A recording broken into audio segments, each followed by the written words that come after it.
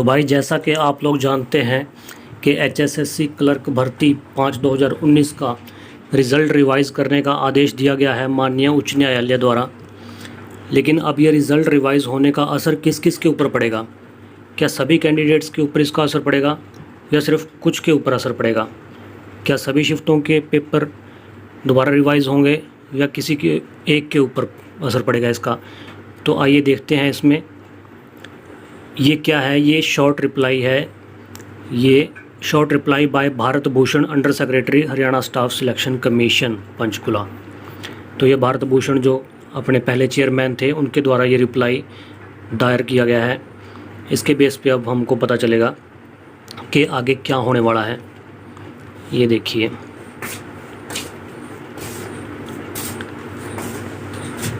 that this is significant to mention here that as per expert report from the chief examiner, it has been observed that error crept the evaluation of examination conducted on day 1 evening, that is 21 September 2019 evening session में, और day 2 evening that is 22 सितंबर 2019 के evening session में, और 23 सितंबर के morning session.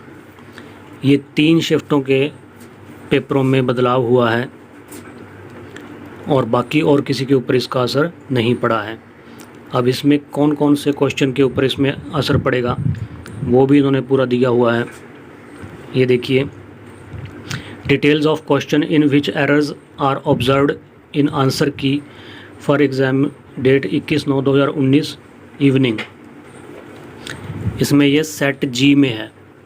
Set जी में question number 46 और question number 52 ये है। एक तो Lala Lajpat Rai actively participated in the स्वदेशी आंदोलन फ्रॉम विच डिस्ट्रिक्ट। इसका आंसर की में पहले जो आंसर की आई थी उसमें डी इसका ऑप्शन सही किया हुआ था, और जो बाद में रिवाइज्ड की आंसर आई उसके अंदर ये सी को सही आंसर दे दिया, जबकि एक्चुअल आंसर डी ही था।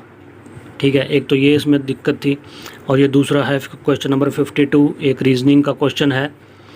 इसमें भी ऐसा ही हुआ था, पहले डी आंसर दे दिया, बाद में रिवाइज में ए कर दिया, जबकि एक्चुअल आंसर डी ही सही था इसका। ठीक है, एक तो ये हो गया, 2 क्वेश्चन हो गए इसमें। और उसके बाद ये क्या लिखा है, on perusal of above table it is observed that the correct option, ये वही दिया है कि कौन सा आंसर था। It is pertinent to mention here that the evaluation of these question in all other sets except for set G has been done correctly. मतलब ये जो 2 क्वेश्चन थे ये सिर्फ जी सेट के अंदर ही गलत थे, बाकी सारे सेट के अंदर ये क्वेश्चन सही थे। ठीक है भाई, तो ये सिर्फ जी जो सेट के अंदर ये 2 क्वेश्चन थे उनके ऊपर ये असर पड़ेगा, जी सेट में असर पड़ेगा मतलब इसका। अच्छा जी, आगे देखते हैं उसी शिफ्ट का जो ये बात कर रहे हैं ना 21 की इवनिंग शिफ्ट की बात हो रही है। तो उसके अंदर और क्या है, सेट एम के अंदर क्वेश्चन 46 है, which is the correct reason for the outbreak for the situation of cold war.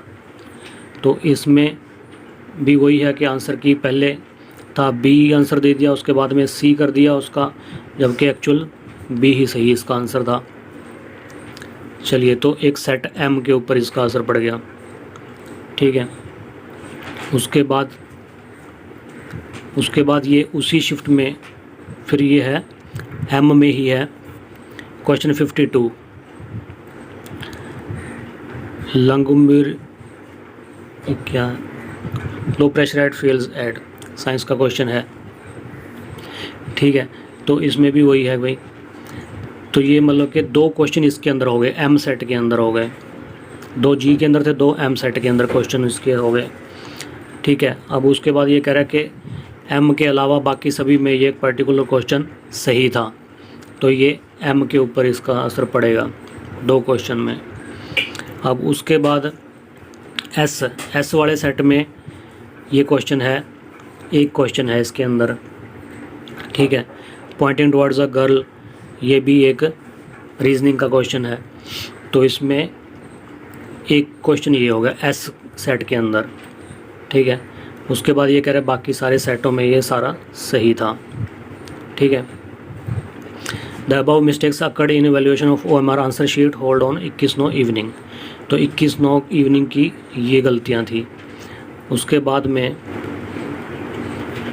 ये है 22/9 का question. As per all sets of exam date 22/9 की इवनिंग शिफ्ट में ये है हाईएस्ट पॉपुलेशन ऑफ बुफेलो का ये क्वेश्चन था। ये लगभग मेरे ख्याल से सारे सेटों में ही ये क्वेश्चन आपका गलत मिला है। ये set A, set B, set C, set D, E, F, G, ठीक है, ये जी तक सारे में गलत है। उसके बाद इसका सही आंसर था भिवानी और इन्होंने बाद में रेवाड़ी कर दिया था, किसी में ये कैथल कर दिया था। अब इसमें ये HIJKLMNOP ये सभी में ही गलत है, ठीक है। UVWX मतलब कि ये क्वेश्चन तो हर सेट में गलत था 22 तारीख वाले इवनिंग वाले पेपर में। अच्छा, उसके बाद ये कह रहे हैं बाकी सारे में ये सही था। Has been evaluated correctly as the option in the answer were jumbled in all these sets। ये तो सभी में गलत था। अच्छा, उसके बाद 22 इवनिंग को एक ये क्वेश्चन था secondary colour are. Secondary colour कौन कौन से हैं, ये भी आपका ये पहले RGB को इसने सही मान लिया था, जबकि इसका सही ऑप्शन था OGV, ठीक है। अब इसमें ये ABCD, ठीक है, EFGHIJKLMN, उसके बाद OPQRSTUVWX ये भी सभी में गलत था। अच्छा, ये हो गया। और उसके बाद ये है river Yamuna flows in which region of the boundary. Yamuna वाला ये गलत था। और इसमें ये ABCD EFGHIJKLM NOPQRSTUVWX मतलब कि ये भी सभी में गलत था। तो सबसे ज़्यादा गड़बड़ है 22 तारीख वाले में। तो 22 तारीख में तो जिस भी सेट में हो, 22 तारीख को इवनिंग में जो था सभी के ऊपर इसका असर पड़ना ही पड़ना है। 3 क्वेश्चन थे गलत, ठीक है।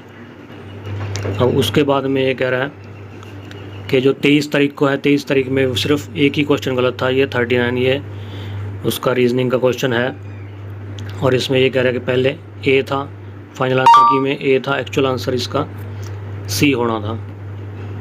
तो ये हैं सारे क्वेश्चन जिनके ऊपर इन्होंने मानना है कि ये हमारी गलती थी, ठीक है। अब ये जब ये रिवाइज़ करेंगे रिज़ल्ट तो इन सभी के ऊपर ये इसका असर पड़ना है आगे। और ये क्या कहते हैं, इन्होंने जो केस किया था उसके बाद कईयों ने ये भी केस किया था कि भी हमको सोशो इकोनॉमिक क्राइटेरिया के नंबर हमको नहीं मिले, अगर वो हमारे को नंबर मिल जाते तो फिर हमारे नंबर बढ़ जाते, उनको स्क्रूटनी के लिए ही नहीं बुलाया उन्होंने, ठीक है।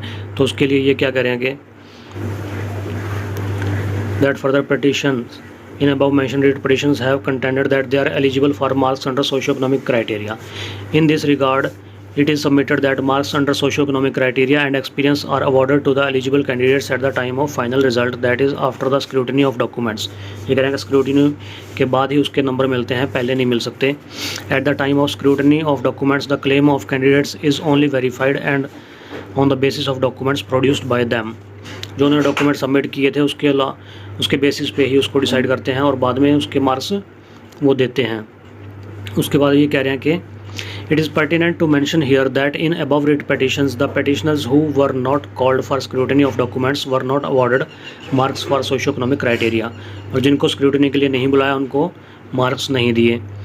उसके बाद ये कह रहा है that in instant writ petition the petitioners have not implemented the selected candidates as necessary party। ये कह रहे हैं कि इसमें जो इन्होंने जो कैंडिडेट्स हैं उन्होंने जो सिलेक्टेड कैंडिडेट्स थे ना उनको पार्टी नहीं बनाया। The selected candidates have already joined pursuant to the declaration of the result and their recommendation by the Haryana Staff Selection Commission to their respective departments, and if the present writ is allowed then the same would directly affect the interest of the selected candidates and therefore they are necessary party। ये कह रहे हैं कि जो selected candidates हैं उनके result के ऊपर असर पड़ेगा, इसलिए उनको पार्टी बनाया जाना जरूरी था।